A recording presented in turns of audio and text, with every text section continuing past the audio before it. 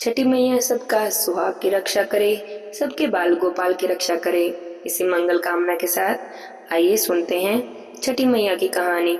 बोलिए छठी मैया की जय हो। बहुत समय पहले की बात है। किसी गांव में एक बुढ़िया माई रहती थी।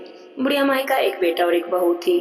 बुढ़िया माई बहुत ही धार्मिक स्वभाव की थी, खूब पूजा पाठ करती थी। छठी मैया की तो परम भक्त थी। हर साल पूरी श्रद्धा से छठी मैया का व्रत करती। लेकिन बुढ़िया माई की जो बहू थी वह आधुनिक विचारों की थी। न तो कोई पूजा पाठ करती, न ही कोई दान दक्षिणा देती, और उसे तो व्रत उपवास में भी बिल्कुल भी श्रद्धा नहीं थी। एक समय जब छठ पर्व आने वाला था तो बुढ़िया माई छठ पर्व की तैयारी करने लगी और बुढ़िया माई की बहू उनका मजाक बनाने लगी। बोली, माता जी आप कौन सी दुनिया में रहते हो? देखो तो जरा आज दुनिया को। दुनिया कहाँ से कहाँ चली गई है। लोग तो आसमान को छू रहे हैं, चांद तारों पर जा रहे हैं, और आप आज भी इन्हीं व्रत उपवास में फंसी पड़ी हो। क्या होता है यह व्रत पूजा करने से, दिन भर भूखा मरने से? कुछ नहीं होता। काम करने से ही कुछ फल मिलता है। लेकिन बहू की इन बातों का बुढ़िया माई पर तो कोई भी असर नहीं हुआ। वह तो अपनी छठ मैया की पूजा की तैयारियां हर साल की तरह जैसे करती थी वैसे ही करती रही। जब बहू ने देखा कि उसकी सास पर तो उसकी बातों का कोई असर ही नहीं हो रहा, तो फिर से बोली, माता जी आप इस उम्र में 3 दिन तक भूखी रहोगी तो खुद के लिए भी परेशानी पैदा करोगी और हमें भी परेशान करोगी। ना जाने क्यों भूखे पैसे लोग खुद को साते हैं। बहू की बातें सुनकर बुढ़िया माई कहने लगी, देख बहू, तुझे पूजा पाठ का, व्रत का, उपवास नहीं करना तू मत कर। मैं तेरे साथ कोई जोर जबरदस्ती नहीं करूंगी, लेकिन माता जी के बारे में ऐसी बातें मत कह। तुझे पता है ना, शादी के बाद जब मेरी कोई संतान नहीं हुई थी तब मैंने इन्हीं छठी मैया की पूजा की, छठी मैया के व्रत को किया, तभी जाकर मुझे तेरे पति की प्राप्ति हुई थी। तेरा पति छठी मैया का ही प्रसाद है। मेरी मान तो तू भी आज से छठी मैया की पूजा कर, व्रत कर। माता तेरी भी पुकार सुनेगी और तेरी भी गोद एक दिन हरी भरी हो जाएगी। लेकिन बहू कहाँ किसी की सुनने वाली थी। बोली, मुझसे तो पूजा पाठ नहीं होता और व्रत उपवास तो मैं बिल्कुल भी नहीं रख सकती। माता जी मैं तो अपने कर्मों पर विश्वास रखती हूँ। मेरे कर्मों का ही फल है कि मुझे इतना अच्छा पति मिला है। मेरे जीवन में हर सुख सुविधा है और इतना बड़ा घर है, दिन रात मस्त रहती हूँ। यहाँ देखो, यहाँ पर पूरे मोहल्ले में तो मेरे जैसा कोई धनवान नहीं। और सासू जी, व्रत पूजा से तो कुछ नहीं होता, काम करने से ही धन की प्राप्ति होती है। बुढ़िया माई ने बहुत समझाने की कोशिश की लेकिन बहू तो नहीं मानी। इतने में ही बुढ़िया माई का बेटा वहां पर आ गया और अपनी पत्नी से कहने लगा, ठीक है ठीक है, तुम्हें पूजा पाठ नहीं करना, व्रत उपवास नहीं करना मत करो, लेकिन आज के दिन कम से कम घर में झाड़ू मत करो। जाओ, जाकर तैयार हो जाओ, छठी मैया की पूजा के लिए घाट पर जाना है। बहू कहने लगी, मुझे कहीं नहीं जाना, आप ही चले जाओ। बेटा कहने लगा कि तुम पूजा पाठ नहीं करती, कम से कम हमारे साथ तो चलो। अब बहू बिना मन के उनके साथ घाट पर चली गई, लेकिन पूजा पाठ में तो उसका मन नहीं लगता था, तो वह वहां पर जो मेला लगा था वहीं पर घूमने लगी। थोड़ी देर के बाद उसके पति ने देखा कि उसकी पत्नी तो वहां पर है ही नहीं। वह भी उसे ढूंढने गया।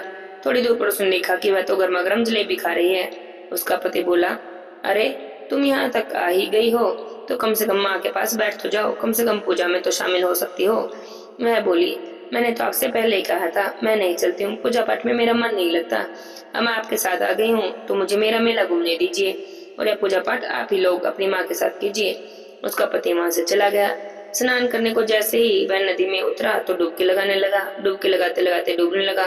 जोर जोर से चीखने चिल्लाने लगा, अरे कोई तो मुझे बचाओ, अरे कोई मुझे बचाओ, मैं डूब रहा हूँ। वहां पर तो भगदड़ मच गई। अरे कोई आदमी नदी में डूबा जा रहा है। बुढ़िया ने देखा कि है तो उसी का बेटा है। वो तो बहुत जोर जोर से रोने लगी। छठी मैया से प्रार्थना करने लगी, हे माता, मेरी व्रत पूजा में कौन सी कमी रह गई जो तुमने मेरे बेटे को डुबा दिया है? हे माता, क्या भूल हो गई? हमको माफ करो। हे माता, हमें माफ करो, हम तो तुम्हारी पूजा करने आए थे और तुमने मेरे ही बेटे को अपने पास बुला लिया। यदि इन जाने में कोई भी भूल चूक हो गई हो तो उसकी सजा मुझे दो, मेरे बेटे को मत दो। इतना कहकर बुढ़िया माई जोर जोर से रोने लगी।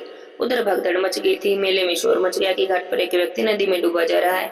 ये सुनकर बहू भी वहां पर आई कि देखो तो कौन डूब गया है। देखा तो उसकी सास बैठी जोर जोर से रो रही है। सामने नदी में देखा तो उसका पति डूब रहा है। अब तो वह भी जोर जोर से रोने लगी और बुढ़िया माई को डांटती हुई बोली, देखा, मैंने पहले ही कहा था ना, ये छटवट के चक्कर में मत पड़ो, घाट पर मत चलो, यह सब ढोंग है, अंधविश्वास है, दिखावा है। आज देखो तो सही, आपकी पूजा पाठ के चक्कर में मेरा पति डूब रहा है।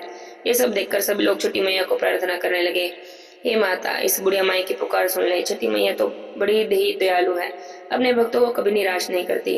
इधर बुढ़िया माई रो रो कर छठी मैया से प्रार्थना किए जा रही थी। हे मैया, या तो आप मुझे मेरा बेटा वापस कर दो, नहीं तो मैं भी आपके पास आ रही हूँ। और इतना कहकर बुढ़िया माई भी नदी की तरफ जाने लगी।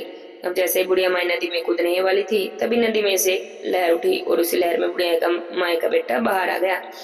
यह देखकर घाट पर जितने भी लोग खड़े थे, सबकी आंखें खुली की खुली रह गई। छठी मैया तो बड़ी ही दयालु है। बुढ़िया माई भी खुशी से नाचने लगी। बहू भी खुशी के मारे जोर जोर से रोने लगी। इतने में ही वहां पर छठी मैया प्रकट हुई और कहने लगी कि मैं कभी अपने बच्चों का अहित नहीं करती। हे बहू, तुमने मेरी पूजा पाठ को में जो भी अनादर किया है, तुम्हारी आंखों पर अज्ञान का पर्दा है, इसी को हटाने के लिए मैंने तुम्हारे पति को पानी में डुबाया था। मैं तो सदैव अपने भक्तों की रक्षा करती हूँ। जो भी मेरी पूजा करता है, छठ का व्रत करता है, उसकी सभी मनोकामनाएं पूरी करती हूँ। इतना कहकर छठी मैया वहां से अंतर्ध्यान होगी। सभी लोग छठी मैया की जय जय करने लगे। बहू की आंखों पर जो ज्ञान का पर्दा चढ़ा हुआ था, वह भी आज हट गया था। अब बहू भी अपनी सास के साथ हर साल छठी मैया का व्रत करने लगी। पूरी श्रद्धा से पूजा पाठ करने लगी। छठी मैया का व्रत करती। छठी मैया की कृपा से उसके घर के बहुत ही सुंदर पुत्र की प्राप्ति उसे हुई। बोलिए छठी मैया की जय हो। हे छठी मैया, जैसे आपने बुढ़िया माई की मनोकामनाएं पूरी की, उसे संतान दी, उसकी संतान की रक्षा की, ऐसे ही सबकी मनोकामनाएं पूरी करना, सबके बच्चों की रक्षा करना। बोलिए छठी माता की जय हो। जय जय श्री राधे श्याम।